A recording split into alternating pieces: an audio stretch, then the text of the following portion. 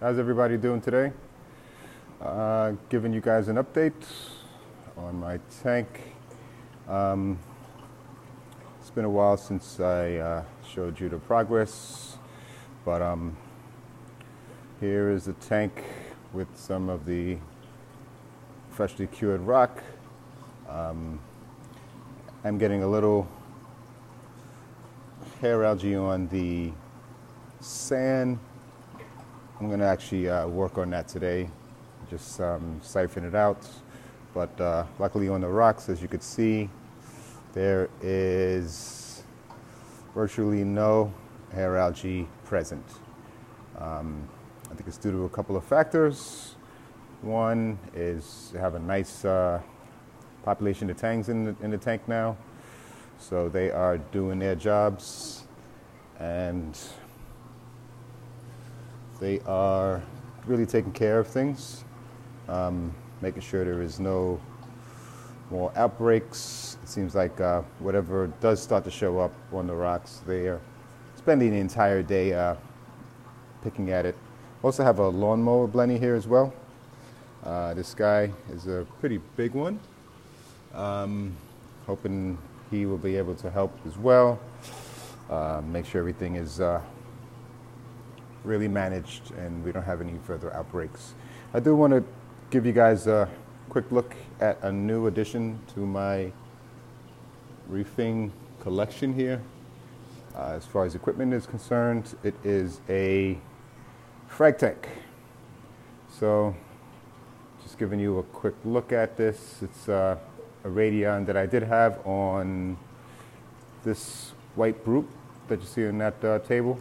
But it really, I kind of let it go when algae and everything took over, and I wanted to get something much nicer, so decided to look around online. I did see Billy Pipes have this tank on his channel. He was unboxing it and actually modifying it, but I was looking for something a little bit smaller than the average tanks that you do see as far as online. Some of them were 5 feet long. So this one is actually 3 feet long by 8 inches high and 18 inches wide. So it's the perfect length for me. As you can see, I do have some new additions here. Right now, I guess we start from left to right. Those two corals to your left on the big, the two mini colonies, those are from the Reef Shop. It's a LFS that I discovered actually using Google Maps, looking up reef shops. And this reef shop does not have a website, but they have beautiful mini colonies, and each one of these colonies were $40. So zoom in a little more so you could see. Sorry for the reflection, but yeah, both of these guys are $40 each. Yep, we got, moving over, we have a grafted Monty. We have some stylos here.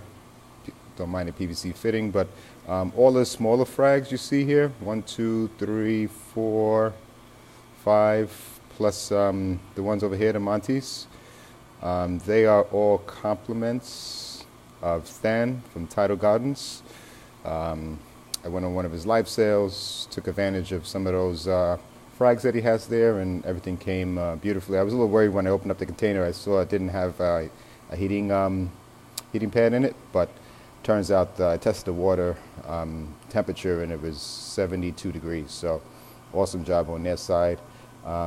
This Monty here is something that I picked up from Greenwich Aquaria, and that's doing well. I broke a little piece off, that's why you see a little bare spot in the middle. And also these two red Monty caps are from Greenwich Aquaria as well. Nice and big, deep color. This green slimer, it's a really thick branching coral is what I want to start to add to the tank as well, since it's so big. So that guy right there came from Greenwich Aquaria as well. I'm going to actually break that into two pieces and start 2 frags as opposed to 1, so I can have at least 2 of those growing in a tank. And this big acro is from Manhattan Aquariums. I went there, and I think I want to get as many larger colonies as possible, so the tank will start to fill in instead of using just nothing but frags on a 300 gallon. It's going to take a little while. So this, see my clown there, he is going to be hopefully a mated pair with another clown that I do have in the main display. But other than that, it's pretty basic setup. Got a 100-watt heater. I did go for an additional hang-on the back filter. So pretty much a Petco pickup. I was running it in my tank for a week just to get some of the beneficial bacteria on it. So really want to make sure there was no issues with cycling the tank, even though it does come with its own filtering system. So there is a, looks like it's pretty much carbon filter here, and underneath there is a cube, a sponge filter underneath. In this section it does have a return pump, small return pump, really just sized adequately for the 22 gallons that this sump does hold. The tank does hold. There is a power head in the corner there you can't see, and another one here. Both of these are on, and really trying out the flow underneath the egg crate to come along and hit this wall here, and then come up and go back over the corals, because each one of those power heads is rated for 500 gallons an hour. So on such a small system, I didn't want to directly hit any of these corals. So far so good.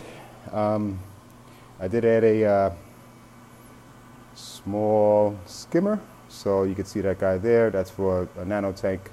I've had this brand for a while on my original tank, my original 100 gallon.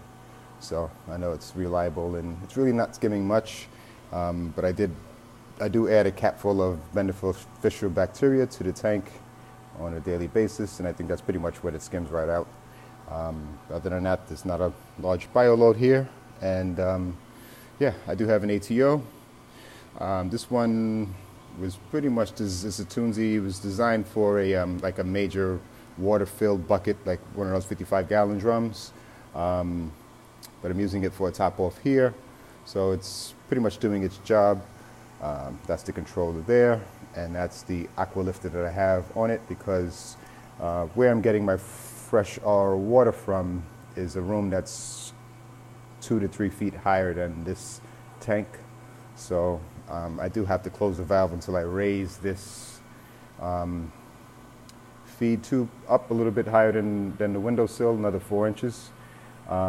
So it will balance out, so no water will be seeping into the tank after the Toonsy turns off the aqua lifter, because I noticed it was dripping even after it turned off. So yeah, so that's basically where we're at as far as update for you guys. So you're going to be seeing plenty more new additions to my tank, and I can actually call it a reef tank now that I do have corals in it.